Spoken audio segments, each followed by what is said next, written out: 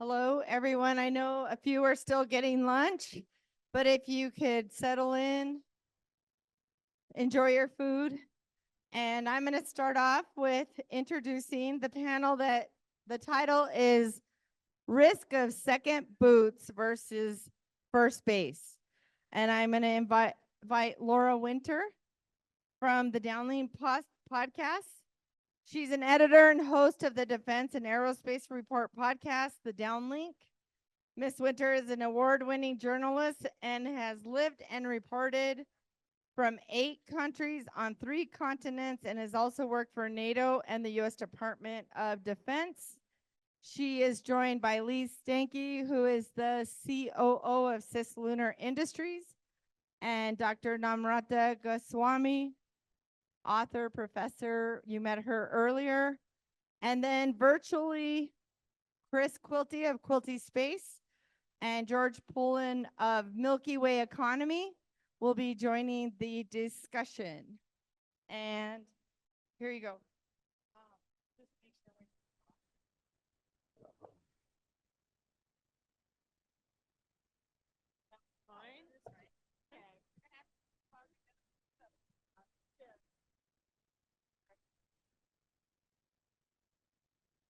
Yes, is this thing on? Hello. Ooh. Hello. Let's see if, hello? Hello? No. Hello. Hello.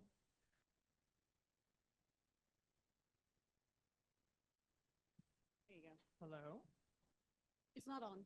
Not on. It is. It's low. I think this is on. How about that? Laura?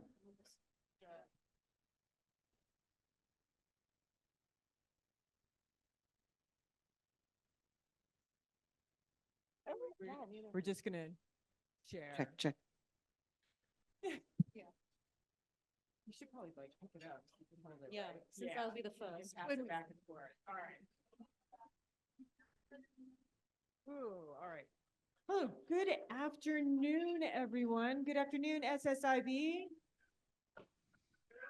Thank you for that. Now, if we could, let's take a moment here and put down our glasses and give a round of applause, to Casey and also to the entire New Space Nexus team, because they put this on every year.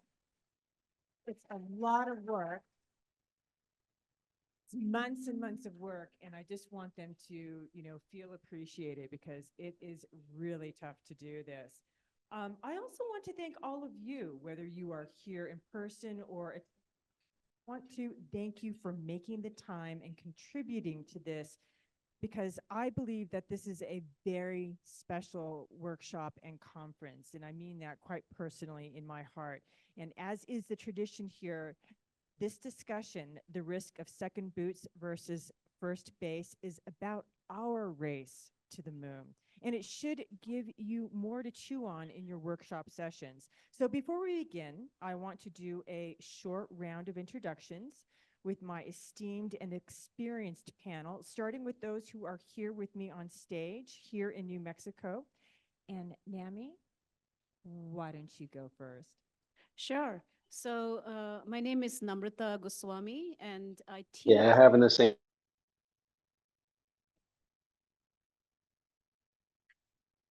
I know. Anyway, so I teach space policy and international relations at the Thunderbird School of Global Management. And I am co-author of the book Scramble for the Skies, The Great Power Competition to Control the Resources of Outer Space. Thank you. And Lee? I'm Lee Steinke. I'm the COO of Cislunar Industries. We process metal and convert power in space. And out there virtually somewhere, I hope there is Chris Quilty. Chris, are you out there? You're in Florida somewhere, Chris? I am, and you might not be able to tell by my video. I'm working on that. It's just a string from my canceled flight to the Wi-Fi down at the house to now the Zoom video. So I'm on a roll, but I promise to do better here in the discussion.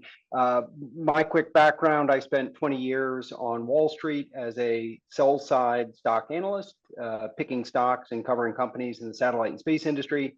And since 2016, I've been doing my own thing under the moniker of Quilty Space, where we do research as well as investment banking and advisory role to investors, companies in the industry, and government customers. Thank you so much. And last but definitely not least, Sorry. George, you want to tell everybody who you are?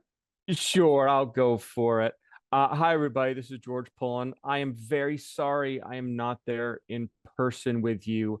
I have a fifth grader stepping up tomorrow, so I could not miss that. But I have enjoyed a lot of other SIBs in person. So at least my streak isn't broken. I'm here virtually. A little bit about me. So my name is George Pullem. I am a space economist. I am with MilkyWayEconomy. We are a fifth industrial revolution think tank. We provide consulting and advisory services to a number of small and medium-sized space companies. We also have another arm, which is TSE, which is our educational outreach. And then we also invest some money as a small collaboration of family offices. Thanks.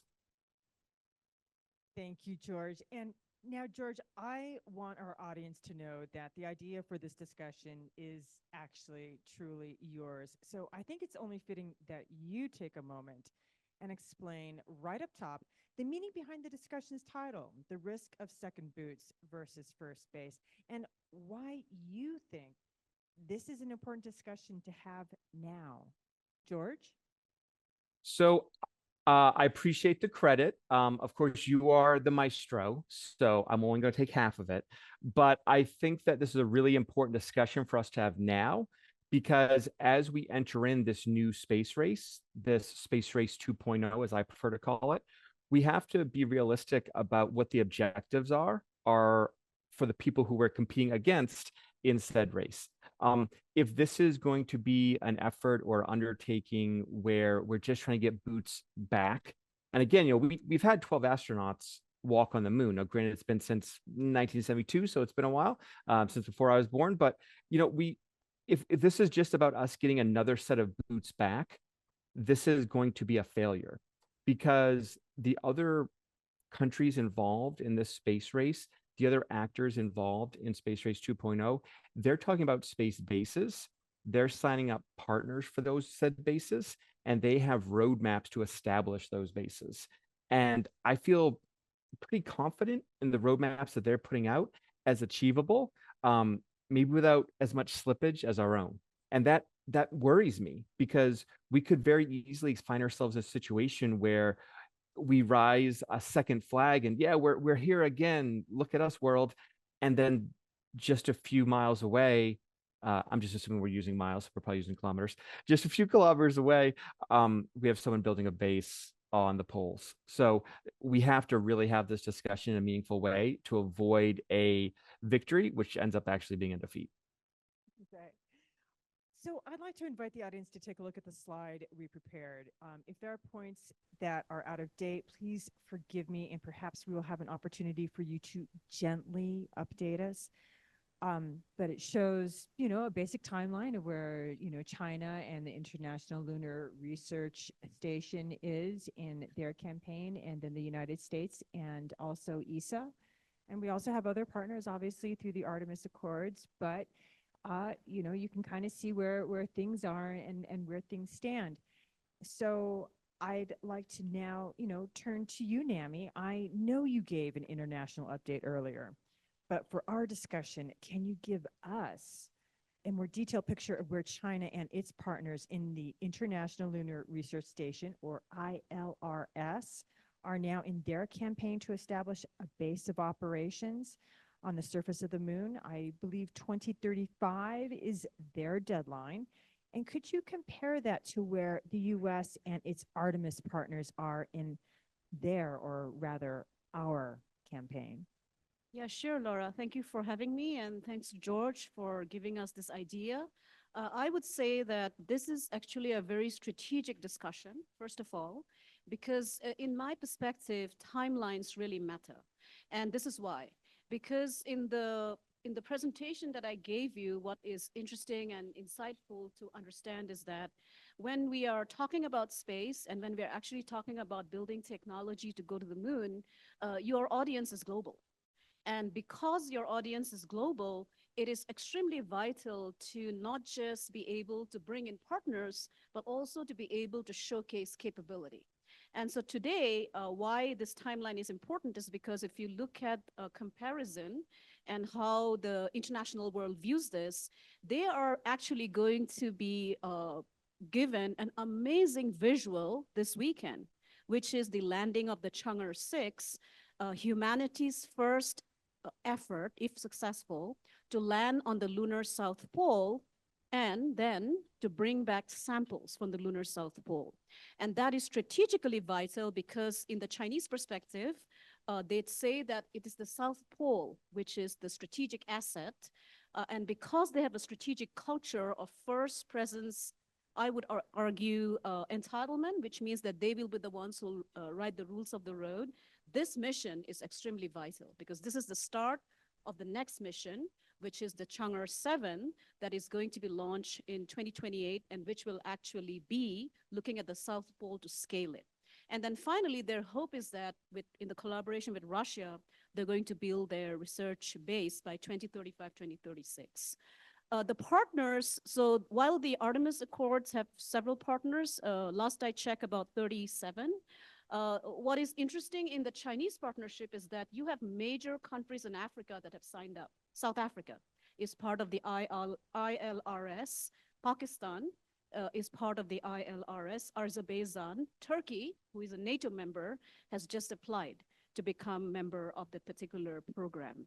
Why I say that is because Pakistan already has ICBM capability and nuclear weapon capability, and China-Pakistan has a very strong partnership, and South Africa has the most advanced space technology. Now, in terms of even more, if I go even deeper, the one thing, and I'll stop there, and I think the one thing when I compare the Artemis program to, say, China's International Lunar Research Station and their phases, I see a major difference. One is that with the Artemis Accords and the Artemis program, while there is a lot of talk about resource utilization, there is a slight hesitancy in pushing too much the economic rationale and the economic argument. Seems like even in the cislunar strategy, it's there, but it's not said boldly, right? Whereas in the Chinese program, Wu Wearing, who is their main designer and scientist, is giving global interviews explaining to the world, especially the audience that he's intending that will listen to him, that China's space program is such that it's about economic development of the moon, and that once China succeeds, it's going to open up that capability through the Belt and Road Initiative. So I think it's an extremely strategic program for them. But before you put your microphone down there, Nami, I mean, what is also the strategic difference between the narratives that have been built, let's say, say the beginning of this decade, from 2020, right? I mean, things were happening beforehand. We had deadlines, so did the Chinese, et cetera, et cetera. But when you just look, from 2020 onward, I mean, it does tell a story, right? And what are the differences in that narrative that you think are strategic? I think the most important narrative that is strategic is that China is now pushing at the level of the United Nations in the legal subcommittee, talking about how their Chang'e program is part of space resource utilization, and they are pushing, and this is strategic, they are arguing that because they have the capability, they also then should be the leader that should develop the rules of the road. And then, as I told you, they have a strategic culture, which means that if you get somewhere first, you do have that particular, I would argue, capability or the desire to build the rules of the road. You see this with China now establishing the International Lunar Research Organization that's going to build those capabilities. So that's number one. I looked at the US position paper in the same subcommittee, and the US position paper tells us that the US does not think there is a requirement of new space regulation or governance mechanism for space resource utilization activity because they're not proven yet. They're not demonstrated. So once demonstrated, that's the US position, right? And they think the US position is that the current regulatory system is enough. The Chinese and the Russian, by the way, this is the most interesting for me. for strategic game changer is that Russia now agrees with the Chinese position. Before, Russia said space resource utilization is illegal under the Outer Space Treaty. Today, read the position paper. Space resource utilization is absolutely legal. So look at the convergence, right? So that's one strategic game changer. The second game changer in terms of their timeline is the difference in ambition and scale. So if you look at their base and what they're hoping for is about lunar to turn China into a major power and to use the Earth-Moon system as a strategic zone. I would love to hear from the audience on this. I do not hear that kind of a positioning from the US. It's an international partnership. It's a desire to send back humans to the moon again. But that rationale about building this large presence for strategic benefit, I am not hearing it. I might, but not as yet. Interesting that you mentioned what was happening at the United Nations, just because, you know, with the Chang'e landing, that is a demonstration.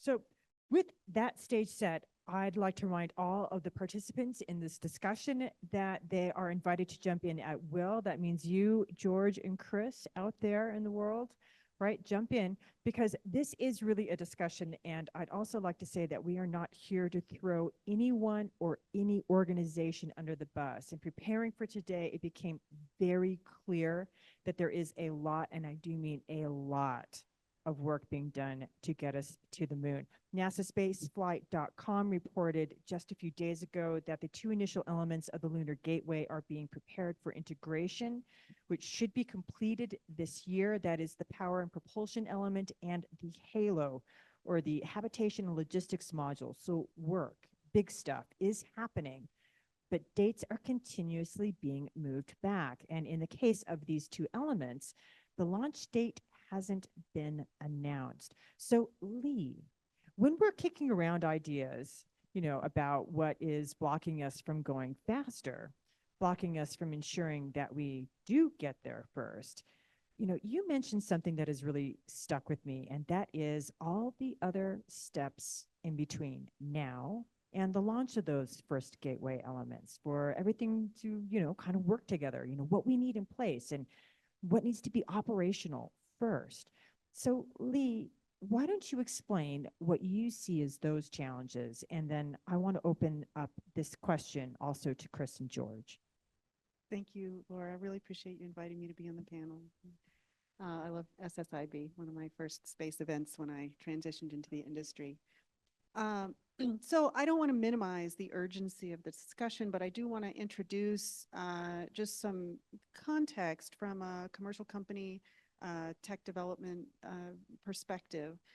So I want to reinforce that a moon base is not one thing. Laura just mentioned some of the component. It's many, many things that need to be accomplished, some of which we already know how to do, but we don't know how to do it in concert with other things in the right way.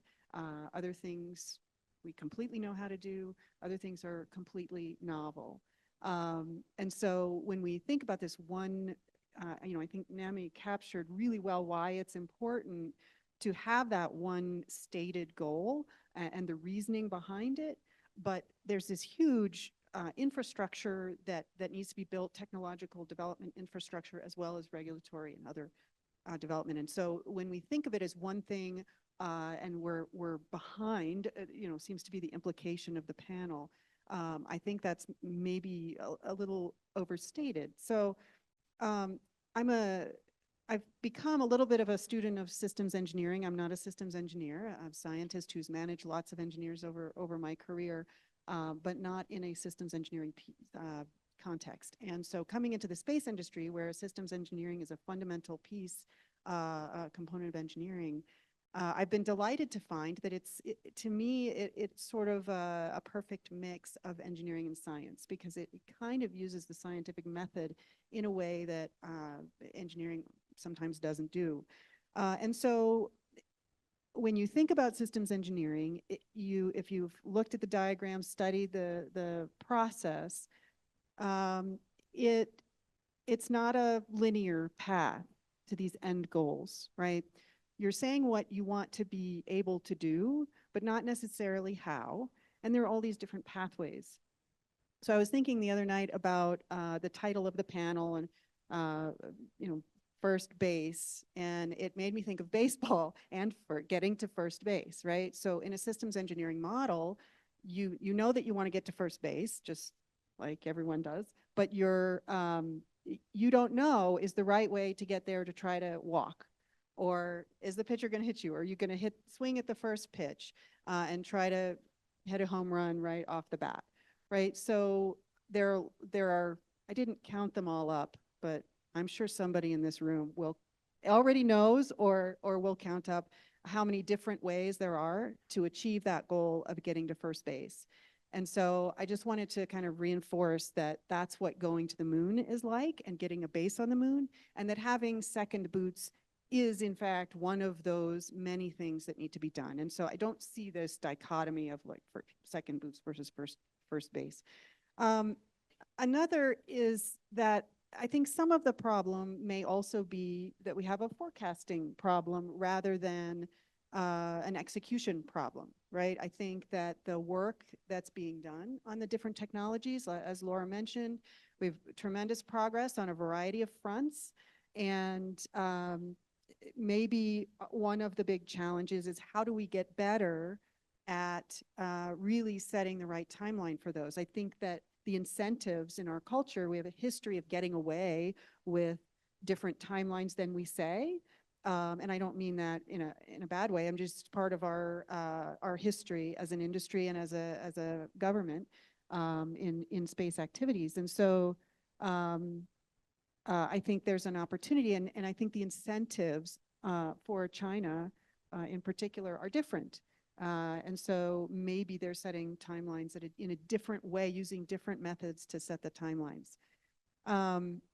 I also think that as commercial companies are asked to contribute more to the effort, this is a big shift in how we do things. And, it's been going on for a number of years now, and we've had some tremendous successes, but we've also had some failures in leveraging the full capability set of commercial industry to do things that the federal government used to do with just supplier help from commercial industry. And I think we're still learning, and we will get better at that. We will get more practiced.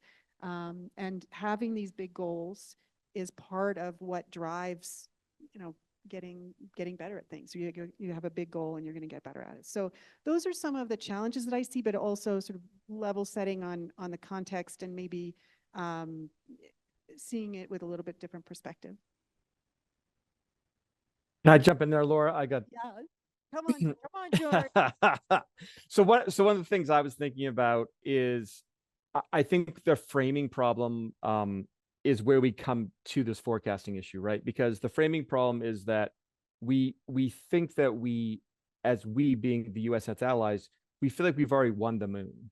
And if we stop and get real with each other, we realize that, up until a few months ago with astro robotics, we hadn't sent something to the moon since 1972. So, and more recently, the USSR, which obviously no longer exists, they sent something in 1976. And so we had this long period of time until 2013 when China sent their U-2 rover to actually, conduct work and traverse the terrain. And so when we think about why we have forecasting error, I think some of that is because we have a narrative error, which is we think we've already done it. And frankly, we haven't. I also think about the commercial piece of this that Lee brought up and how this ties back in. We have a lot of discussions, a lot of panels here and elsewhere where we talk about how, well, the commercial market will get us there. The commercial market will lead us, right? If you build it, they will come. That is a really frightening prospect for anybody in venture capital. If you build it, they will come. That is not the type of words that anyone wants to see in a pitch deck. What they want to hear is, I have a customer. Yes, that customer happens to be someone in the funny shaped building over in DC. But what I really have is a customer that's going to help me de-risk.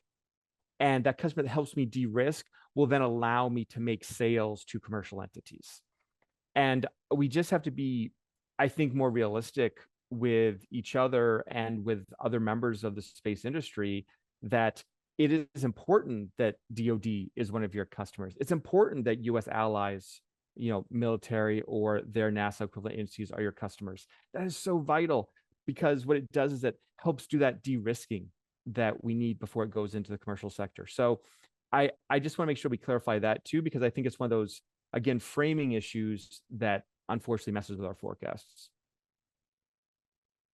Yeah, so I'll kick in, and if we're not allowed to drive the bus over something, I'll avoid any discussions of the Gateway and SLS. But I will say something controversial, which is I agree with the Chinese. They're lying, but to the degree that they're claiming that commercial needs to be an important part of moon utilization, I think it's absolutely true. But hate to say it, I'm also going to agree with George. It is not going to be led by commercial. When you think about who are the companies that would do this, prime contractors, they don't spend money off their own balance sheet. They only spend the government's money. There's no other public companies out here that could make that type of investment. And so George is right. I mean, you're talking about bold, daring startup companies with venture investors. And that's who needs to, kind of lead this charge to come up with the business models. And we've seen several. I mean, we've got two moon landers in iSpace and Intuitive Machines that have gone public. Redwire has positioned themselves in that area. You've also got Astrobotic, which is about to go public, doing debris removal and whatnot. So you're seeing some of these companies pop up. But in case anybody hasn't heard, the venture market is in the tank, and it has been for a couple of years. Q4 was like the worst quarter for capital raising, fund performance, investment turnover in a decade. And now that Q1 is in the books, the good news we can say is it didn't get worse, right?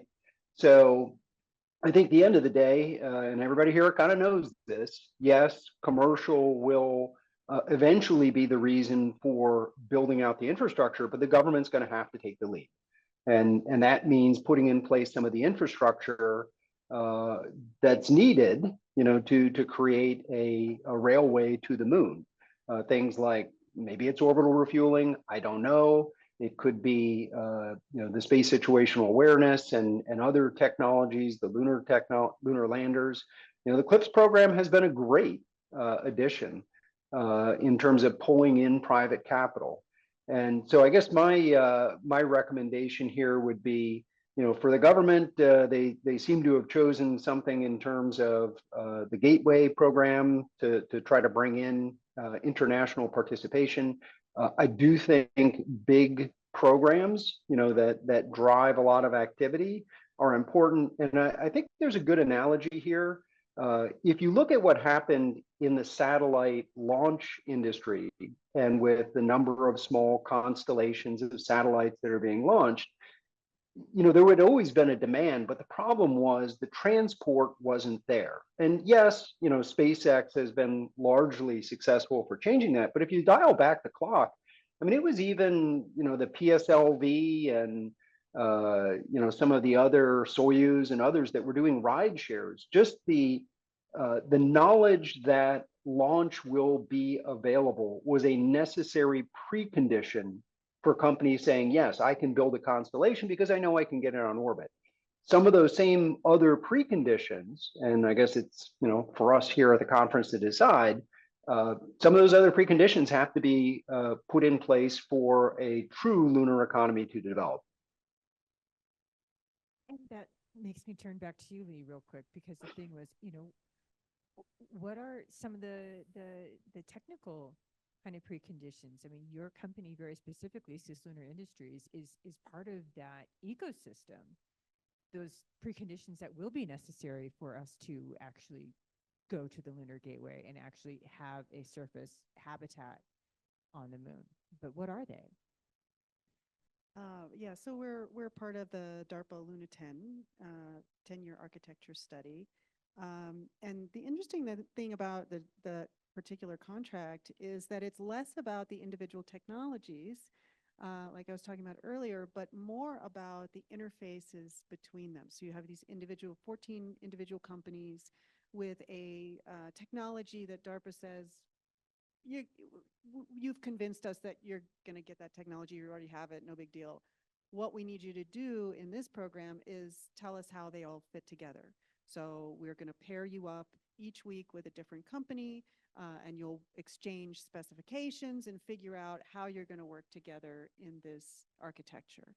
And so I think there's a lot of work on the interfaces across DARPA, but also across any other lunar architecture. There's the Cislunar Ecosystem Task Force, or there are a variety of other programs that are designing architectures that are similar to that. And I think a lot of what we're going to see is those interfaces, and when you swap out a different company, oh, we're working in a different unit and a different KPI. And so we're going to do things differently from this other supplier. So there's just a lot of things that you don't necessarily think of when you're initially developing a technology, or that you're less focused on anyway. Yeah, I just wanted to add to the earlier, if we have time. Yeah, so I'm going to disagree with you, Lee, a little bit. I love you, but well, so I must tell you that I was in a recent aerospace debate on whether the Space Force should focus on cislunar, and Dr. Bowen was on the contrary, and we got the audience really angry. We were not as angry with each other, so I hope you're very angry when we have difference of opinion. But anyway, so I would say that when we think about the concept of second boots and first base, there's actually a major difference. And I say that because then you'll have to get to the details of where is it going. What is the specificity of Artemis Base Camp and the ILRS? What are they doing? And if you look at the China National Space Administration and Roscosmos phasing, which India is now starting to do, the 3 phases, and compare even their generation of nuclear power, there is no comparison. So that is why I would argue that where you go and what is your purpose is really vital. So just because you have sent humans again doesn't mean necessarily that you have won the game, right? And then I'll end with this, that I think where China has a really major advantage in terms of how it is articulating its mission, and it's very good at it, is that because they are now so integrated into the international space community, they're very active, including they engage me in terms of conversations. So, and are willing to listen to difficult concepts of, say, South China Sea behavior and connection to space, right? What they're doing is that because they put it in 2 contradictory narratives, one at the UN, they would talk about how this is for humanity, that we are going to open up space for everyone, but then you go and listen to the strategic thinkers who are behind the program from the PLA.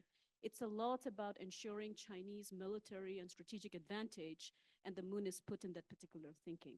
But because they are good at building that narrative of contradiction, unlike the Soviet Union, we sometimes do not understand that the Communist Party of China is the one driving this entire discourse. And so that's something I thought I'll bring to the table as well. And that everything serves the party, right? Loyalty to the party. I mean, the PLA doesn't serve the people of China. The PLA serves the Chinese Communist Party. Right.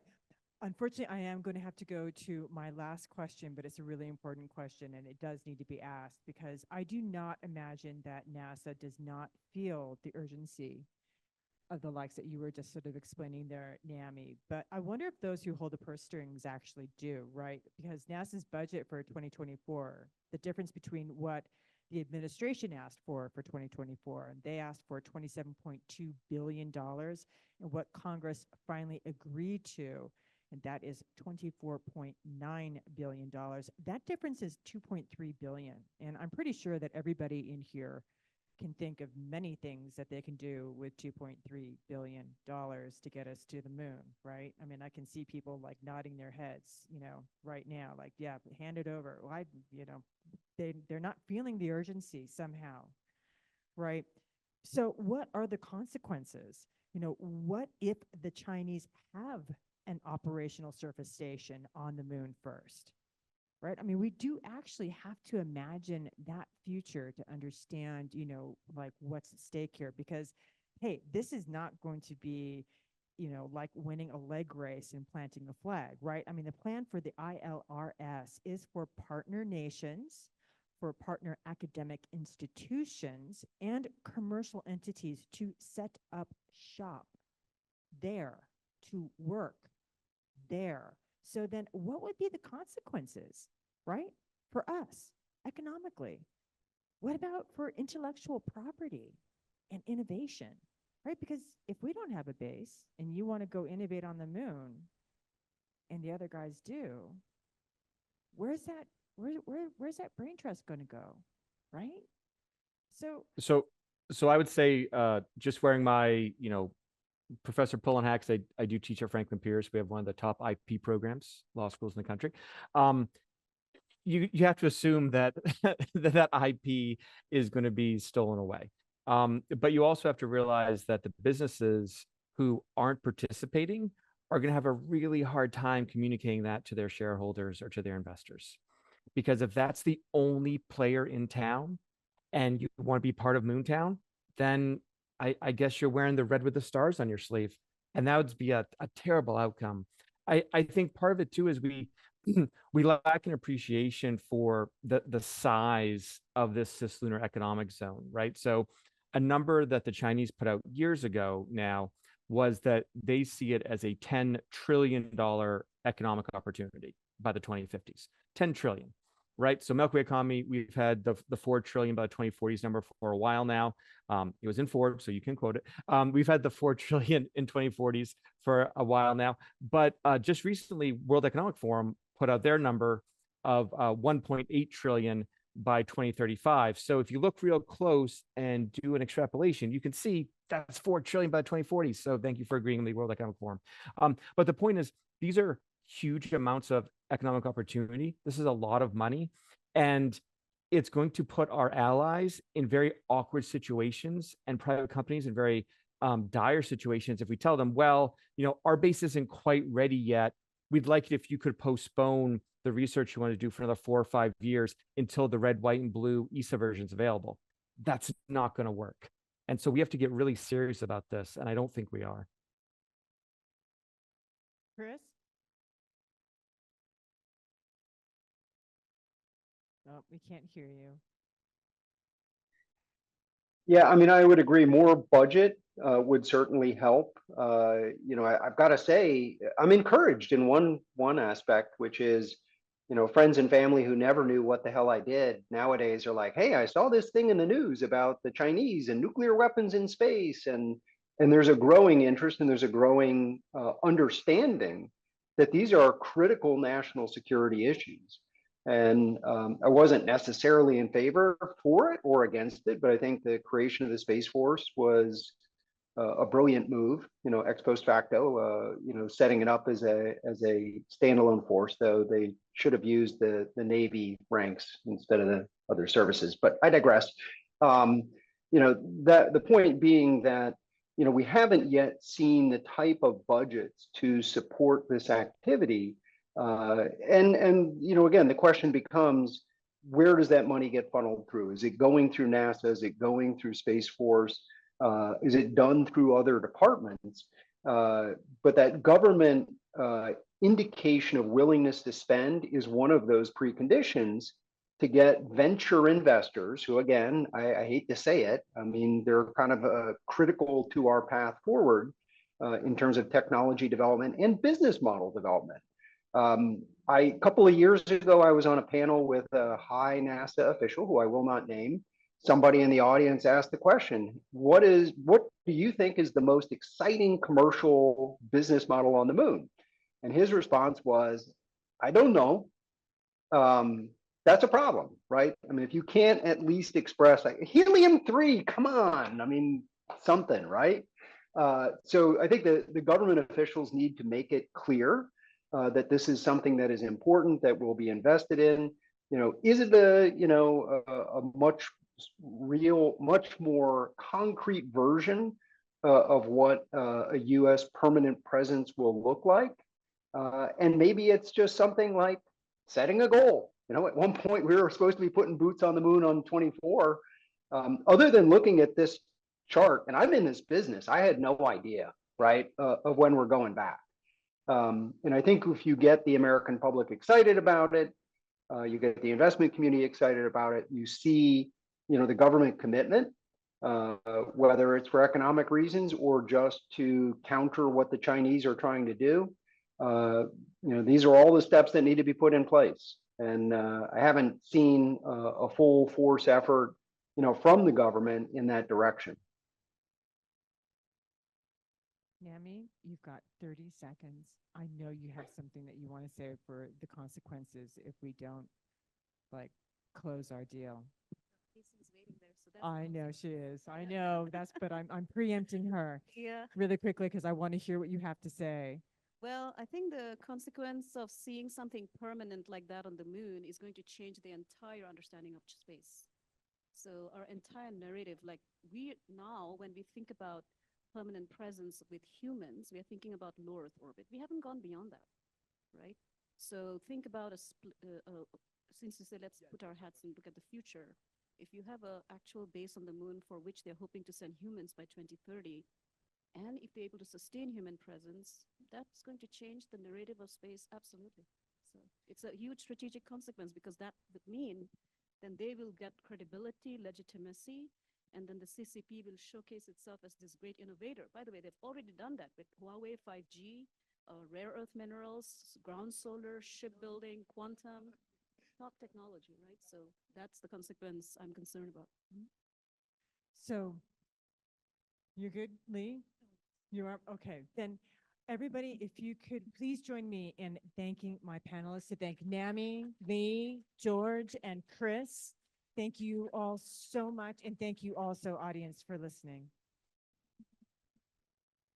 Thank you. And these are working like good little chimes to tell how they come up. There's your friend. Thank you so much. And Chris and George will get you a little present there for speaking. And sorry, Chris, you weren't in person. I know there was a number of flight issues yesterday. So thanks for joining. George said he wants moon cheese. Okay. Thank you so much.